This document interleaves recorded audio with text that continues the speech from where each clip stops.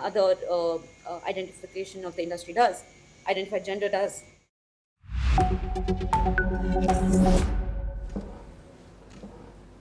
Hello and welcome, I'm Thomas Porteous and you're watching The World Report here on NewsX World. Let's take a look at some of the top headlines leading this hour. President Trump calls his nearly 2-hour summit with Xi Jinping great, extending a formal White House invitation for September the 24th. The meeting, sealed with a state banquet, marks one of the most significant moments in US-China relations in years. And from that same summit, Xi Jinping says trade talks are making progress, but warns Taiwan remains a fault line that could drag both nations into conflict. The world's two largest economies are midway through 2 days of talks, with the balance of global power very much on the table. Meanwhile, Taipei, for its part, says nothing from Beijing comes as a surprise, demanding China end its military pressure on the island and calling it the true threat to peace.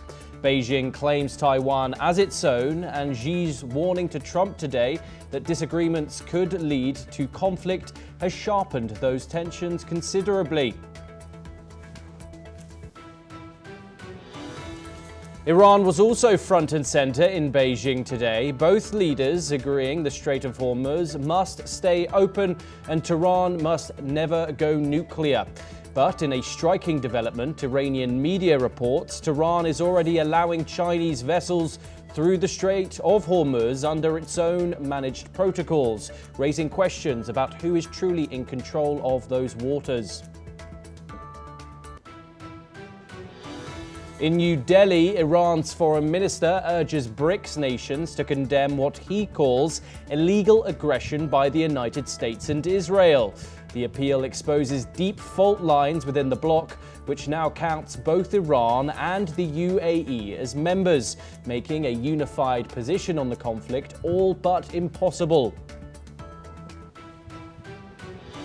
In Britain, Prime Minister Keir Starmer is fighting for his political survival, with Health Secretary Wes Streeting poised to launch a leadership challenge and allies saying he has the numbers. Downing Street insists the PM has full confidence in Streeting, but 4 ministers have already quit and dozens of Labour MPs are calling on Starmer to go.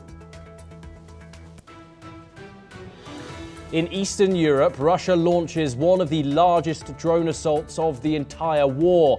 More than 1,500 drones striking Ukraine in just 36 hours, killing 3 people and wounding 40 in Kyiv. President Zelensky says these are not the actions of a nation that believes war is coming to an end. And finally, Palestinian President Mahmoud Abbas tells his party Congress he is ready to hold long-delayed presidential and parliamentary elections, but gives no timeline for when the vote will take place. The pledge comes under mounting pressure from the United States, the European Union and Arab states, who have long accused the Palestinian Authority of corruption and political stagnation.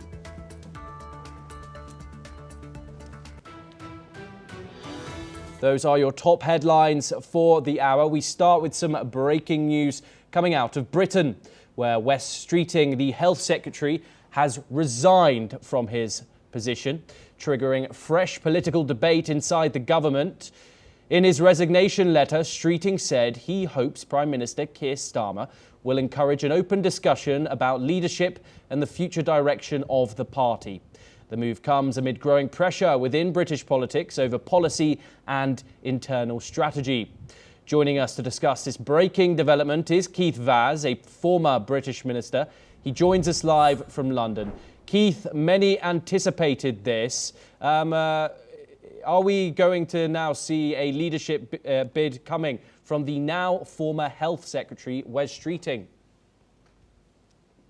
Good afternoon, Thomas from London. Well, I hope so.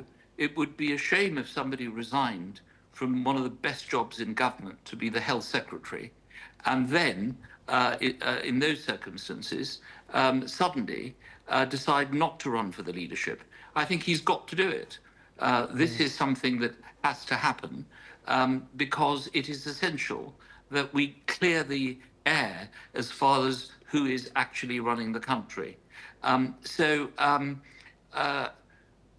never seen this before. This is extraordinary. This is all started. This is very fashionable now, Thomas. I mean, you know British politics very well.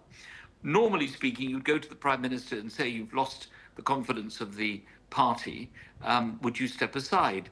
It's the Boris Johnson resignation that began this bit by bit resignation of ministers, parliamentary private secretaries, and others.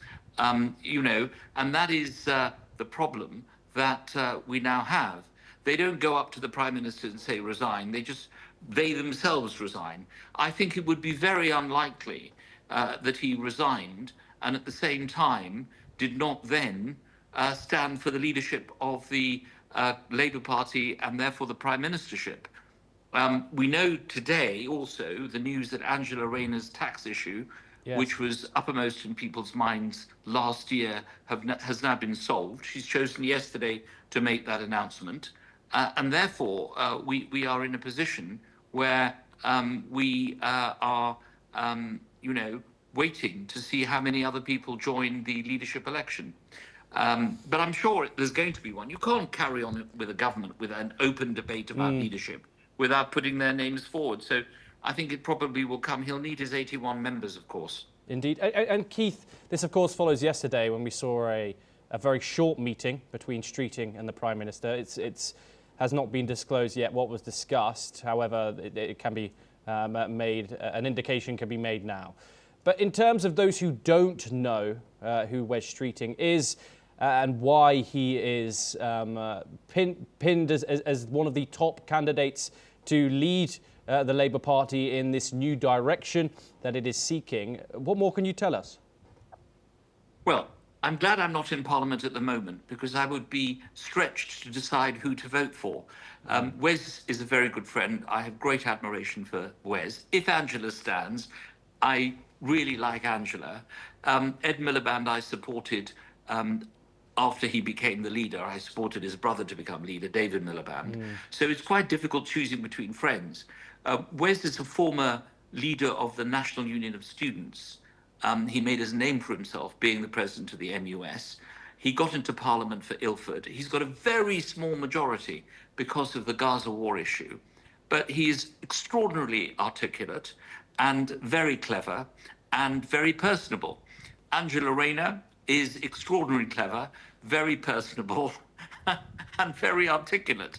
What would be great is if they formed a grand ticket with Angela at the top of the ticket, because I think it's time the Labour Party had a woman Prime Minister, a woman leader, with Wes, who is a bit younger, not that much younger, but a bit younger, as the deputy. And, make some kind of deal that one would succeed the other. Because at the moment, Labour is fighting for its life. And whoever gets to be Prime Minister, there's no guarantee they're going to win in 3 years' time. The public don't like a disunited party. The public like it when there is an orderly transition, such as the one between Blair and Brown. They don't like this. And that means that the Greens and the Reform Party are the big winners. I don't think the Conservatives are, because they did very badly last week as well, Thomas. But Keith, of course, Streeting and Rayner have both been worked very closely with the Starmer government. Is that a big enough change in direction to gain that confidence back in the Labour Party? And we haven't mentioned Andy Burnham yet, who doesn't have a seat in Parliament, but there are talks about a possible by-election simmering somewhere. What more can you tell us about this change that Labour is seeking? Oh, that great word, Thomas, the word change. I'm standing for election because I want change. Nobody tells us what they're going to do. And that's the problem that Keir Starmer and the Labour Party has. They were the change party in the 2024 election, but nothing has changed. So somebody has to set up a real statesperson's position on this. I think Angela will take the country in a different direction.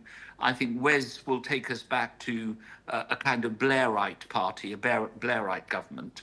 But all the way along, Once you start moving your leader in mid-term, it's going to be a problem. And people are going to say, oh, you don't want that lot again, because all they do is resign and they're all fighting. All the polls suggest, all the research that's ever been done, Thomas, and you know this, you've been an anchor for the program for many years, is people don't vote for parties that are not stable. And one of the things about Indian politics is that the leaders never leave, it appears. But in Britain, you seem to change them every 2 years. So it's going to be very interesting. Bad for the country, bad for the people, bad for the situation in Europe, because I wanted to see a reapproachment with the EU. Both Angela and Wes, I think, would take us back into the EU. But the country doesn't need this now. But they don't want Starmer either, because poor old Keir never really signed the deal with the British people. He sat on my committee when I was chairman of Home Affairs. Lovely guy, very decent, very honourable, full of integrity. But actually, people now need passion. Leadership is about passion, vision, direction. Whether you like the direction or not, it doesn't matter. People will crawl through the desert in order to find people who lead them. Leadership in any context, whether it's in any public or private sector, whether it's in government, wherever, people crave leadership. And this is what probably has not been given by Keir Starmer. Keith Vaz, thank you so much for joining us. We'll be sure to be keeping up with how that situation progresses over in the UK. But we now turn to Beijing, where US President Donald Trump and Chinese President Xi Jinping have held high-stakes talks in the Chinese capital, with Taiwan emerging as one of the most sensitive and contentious issues during the summit. During their closed-door meeting at the Great Hall of the People, Xi Jinping has warned that the future of US-China relations would depend heavily on how the Taiwan issue is handled, stressing that any mismanagement could raise the risk of serious confrontation between the two world's largest economies. The exchange has highlighted the continuing gaps between Washington and Beijing on a range of major issues, including Taiwan, trade disputes, and the ongoing Iran war, despite both leaders publicly projecting a message of stability and cooperation. The Taiwan issue remains particularly sensitive for Beijing, especially after the United States approved a major arms package for the island. China continues to view Taiwan as part of its territory, while Washington maintains long-standing security support for Taipei. Following the summit, the Taiwanese government has sharply criticized China, calling on Beijing to reduce what it described as continuing military intimidation across the Taiwan Strait. Taipei has said the biggest risk to regional peace remains any attempt to challenge or change the status quo through force or pressure. The Taiwanese administration has also said that it was not surprised by the messages emerging from the Trump-Xi talks, describing them as consistent with China's previous positions and long-standing rhetoric on Taiwan. Joining us now to discuss the summit, where all eyes are on, is Ross Feingold, a political analyst, joining us live from the Taiwanese capital of Taipei, and Professor Yoichiro Sato, a professor of political science at Ritsumeikan Asia Pacific University. Thank you very much for joining us, gentlemen. It's a great pleasure to talk to you. Ross, I want to go to you first. The Taiwanese administration has said that it is not surprised at any of the developments. However, we saw both Xi and Trump stand in front of those cameras with journalists, seemingly American journalists, shouting questions about Taiwan to Donald Trump. He has not answered them as of yet. But what more do you think you can expect their discussions and the substance of them to be? What the Taiwan government said, it's a bit of a change of messaging, because preceding the summit between Trump and Xi Jinping, they were actually publicly saying that they're worried about what might happen. I thought that was a very stupid messaging strategy, but the deputy foreign minister told Bloomberg that he's afraid Taiwan will be on the menu. A number of anonymous government officials told other international media outlets how worried they were about what might happen. I think that made them look very weak, and again, it was a very poor messaging strategy. So now they probably heard my complaints, and that's why they're saying, well, we weren't surprised at all about what transpired. Clearly, both sides, China and the U.S., set out their long-standing position. China has always objected to U.S. weapon sales to Taiwan, and the United States always tells China that it's been our policy to sell defensive weapons to Taiwan for literally decades, going all the way back to the Cold War. There's a 1979 U.S. law called the Taiwan Relations Act, which obligates the U.S. government to sell defensive weapons to Taiwan. And many decades ago, the United States made clear that it would calibrate the weapon sales to Taiwan based on the threat level that China presents to Taiwan. So to the extent that China is saying they reserve the right to use force to take over Taiwan, then the United States is going to say, consistent with our long-time position, as long as you're presenting a military threat and an ever-increasing one, because China's military capabilities have increased so substantially in recent decades, then the United States is not going to change that policy. And I would expect that President Trump made that clear to Xi Jinping. And Professor Sato, coming to you next. These talks have been about the 4 Ts: Tehran, tech, trade, and Taiwan. In terms of those 4 issues, do you think that they will shine through this projected image of stability that both Trump and Xi are trying to put on this summit? Yeah, I think for Xi Jinping, it was important that he and Donald Trump engaged in a bilateral discussion about all these important matters. And the messaging is primarily targeted towards the domestic audience. And it's interesting that the Chinese side publicly acknowledged that Taiwan was among the agenda, and Xi Jinping claimed that he basically said what he needed to say as a Chinese leader, just like any of his predecessors, and mishandling will result in a conflict, and that is a typical warning China has issued toward the United States and other stakeholders of the Taiwan Strait peace and security.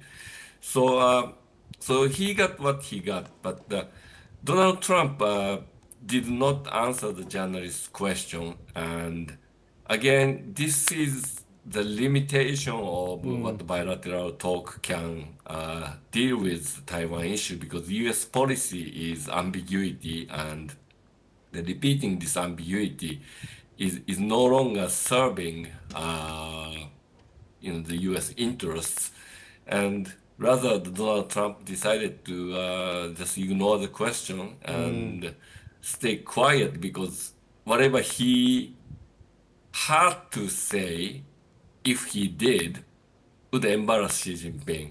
And the visual was very important in this meeting. China has done so much to make it look like a successful meeting. But in fact, I think the real talk... we seem to have we'll lost have to wait until Professor Sato there. Professor Sato, we do hope to come back to you. Ross, I just want to come over to you briefly. In terms of a US administration that has, of course, remained pretty unpredictable with Donald Trump at its helm this year, how high is Taiwan on that list of issues? For example, getting a good trade deal with China, is that higher on the agenda than pushing the Taiwan issue with Beijing?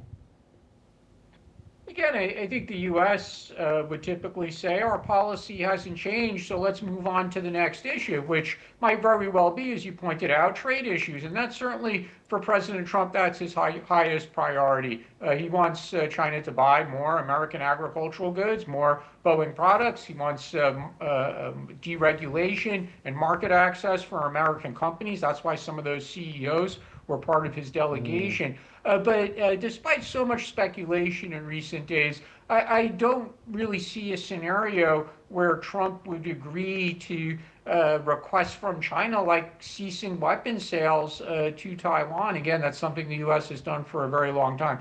Now, Trump might say, I don't support Taiwan independence. He might say, I oppose Taiwan independence. A lot of people will read a significant amount of meaning into how those phrases are worded. I don't think for President Trump it makes much of a difference, because ultimately I think the American position will be that our policy hasn't changed. And Professor Sato, I want to come to you once again. In terms of those trade developments, those possible deals that might be getting signed over this next couple of days in this high-stakes visit, what do you expect from them, and who has more leverage when it comes to those trade talks at this point in time? Well, I think both sides have their leverage, and for China, the important leverage is the rare earth export, and China has retaliated against the U.S. tariffs by banning the export of rare earth material, and the U.S. is actually banning the export of the most sophisticated AI chips to China, and China wants those chips. So if they're going to bargain, then those issues will be very important.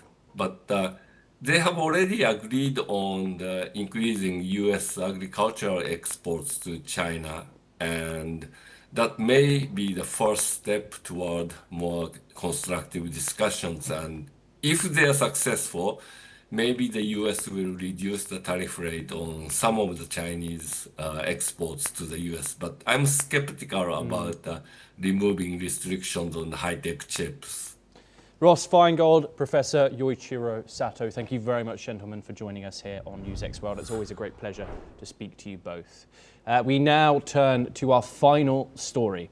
Whereas the global hantavirus evacuation winds down, health authorities are turning their attention to a significant increase in norovirus cases as outbreaks continue to be reported internationally. The virus, which causes acute gastroenteritis, is under scrutiny following a large-scale incident on the British Ambassador Cruise Line ship, the Ambition. The vessel was recently held in the port of Bordeaux, France, after a significant number of passengers and crew fell ill. Beyond maritime travel, public health agencies in several countries are reporting infection rates that sit well above seasonal averages. Commonly referred to as the stomach bug, the virus is characterized by a rapid onset of nausea, vomiting, and abdominal pain. While these symptoms can be severe and lead to dehydration, medical experts emphasize that norovirus is rarely fatal for healthy individuals, with most recovering fully within 2 or 3 days. The primary concern for officials remains the virus's high rate of transmission. Norovirus is notably resilient. It can survive on surfaces for days, and it is largely resistant to standard alcohol-based sanitizers. In light of the current surge, health professionals are stressing the importance of hand hygiene. Individuals experiencing symptoms are advised to isolate for at least 48 hours. Let's take a listen into what some of the passengers of the ship had to say as they were allowed to deboard. We're looking forward to a bit of freedom, you know. We're looking forward to seeing Bordeaux. We never felt scared or anything, because they were so busy keeping everything clean. And lots of announcements telling us what was happening. Yeah. Very good. Yeah. Very well looked after. Yeah. Joining us now is Dr. Ishwar Gilada, a virologist and consultant of infectious diseases at Unison Healthcare and Research Centre, joining us live from New Delhi. Sir, thank you very much for joining us here. This situation in Bordeaux, not hantavirus, norovirus. A ship was involved, however, once again. What are your thoughts on this story, and is it anything to worry about? I think this is the era of viral diseases, because for bacteria we have antibacterial, for fungus we have antifungal, for parasitic we have antiparasitic. We do not have perfect antiviral for many infections. And this norovirus is a notorious in the sense that it infects a lot of people. Almost 8 to 10% of the global population get norovirus once in a year or so. And for the developing countries like India and for Africa and for many developing countries, they know this infection. But because it is not a major killer, it is not major kind of problem which will go beyond 1 or 2 days, nobody is bothered. And suddenly somebody within a day or two of exposure gets sudden diarrhea, nausea, vomiting, and it settled down on its own within 2 days or so. And that person is infectious only for another 2 or 3 days. The person is not infectious beyond 48 hours. So that's the reason that nothing much is done on this. There is no vaccine on this, and there is no specific treatment. The treatment is only managing your nausea, vomiting, diarrhea, or sometimes people get dehydration to do hydration. And this is more of a problem for those people which are low weight and particularly children. So among children, almost world's almost 30% cases are in children below 5 years of age. So every year about 200 million children get infected with norovirus. And there are several varieties, and it has been known at least for many years. But there was a major outbreak only in 1968 or something around that. It was in Norwalk in Ohio, in USA. But it has been classified only in 1992, and the proper name was given in 1990 with classification. So there are 10 different genome groups, which is called G1 to G10, which is Roman 1 to 10. And there are 50 different genotypes, out of which the genotype 1 and 2 and 4, they are quite famous everywhere. And G2.17, that is the major cause of diarrhea in most places. And Dr. Gulada, in terms of keeping track with the hantavirus updates also, have you seen that as progressing in a good direction to when we're not going to hear about it anymore for at least the time being? You see, the major worry about hantavirus is the secondary outbreak. Until today, there is no report from anywhere in the world. There is a secondary outbreak. Now, primarily those people who are getting infected, they will be followed up for another 4 to 6 weeks, maybe 42 days, as WHO has said. Within 48 days or 42 days, how many people infect other people? So that is called secondary outbreak. So long as secondary outbreak doesn't come, we have to keep our fingers crossed for next 6 weeks or maybe 5 weeks. 4 or 5 days are already over, another 5 weeks. Until that time, we cannot say that it is a big problem or not a big problem. But currently, what we see with the reports, the major issue has been died down. Once the ship has been docked, people have been evacuated, they have been sent to different places, they have been put in quarantine. Okay. So there is a problem only for almost 140, 150 people, but not for the rest of the world. Dr. Gulada, thank you so much for your time. As always, it's great to have you on the broadcast. We turn back over to France now, where the 79th Cannes Film Festival has officially set the French Riviera ablaze. But this year, the Croisette is trading Hollywood blockbusters for high-stakes art house drama. The Palais des Festivals is championing a bold art over action movement, putting independent voices at the absolute forefront of the global stage. From the high-speed glamour of the F1's Carlos Sainz Jr. to the timeless elegance of legends like Aishwarya Rai Bachchan, the red carpet is delivering more than just fashion. As the elite toast to the future at exclusive soirees, one thing is clear: the global frontier of film has moved beyond Hollywood. It's regional, it's independent, and it's bolder than ever. Let's take a closer look at what unfolded at day 2 of the Cannes Film Festival.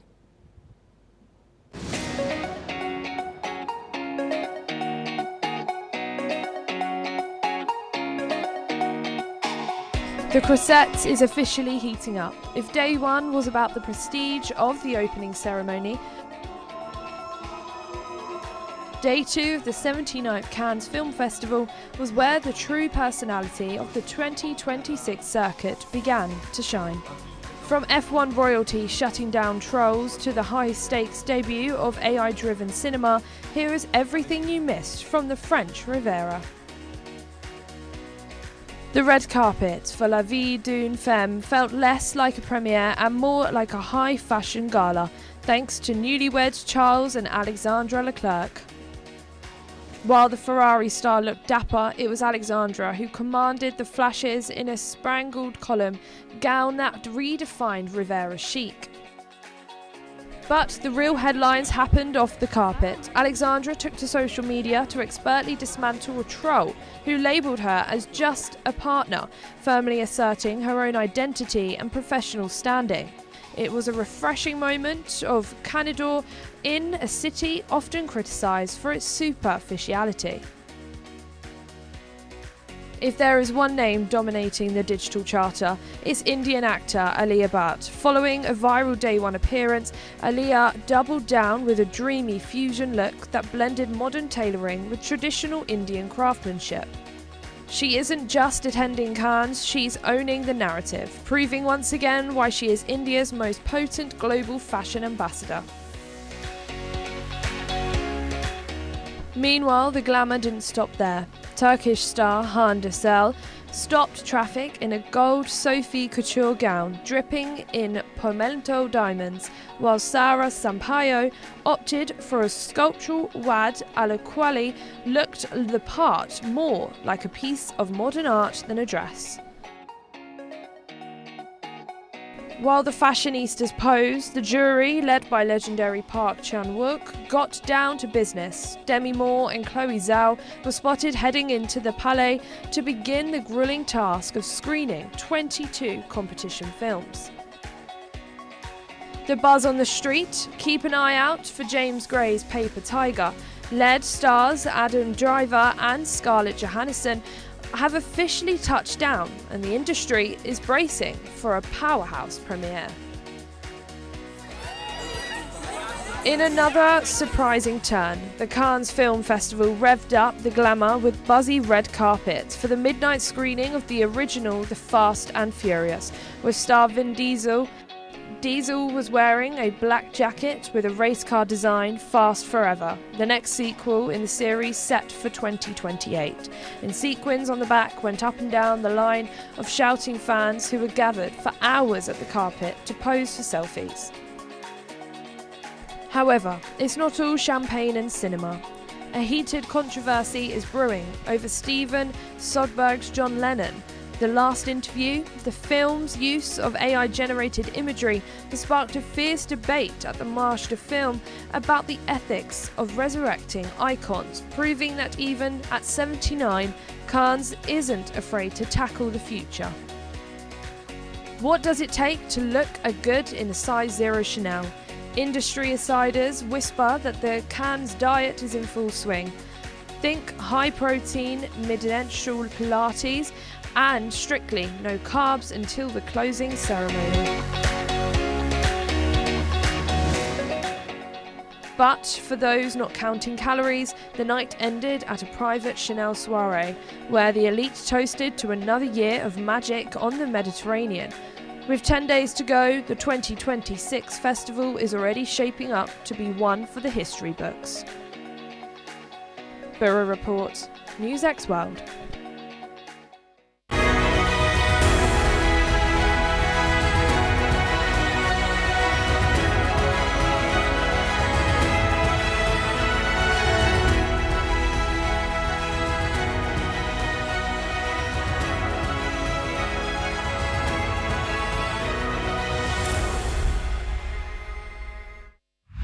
Thank you.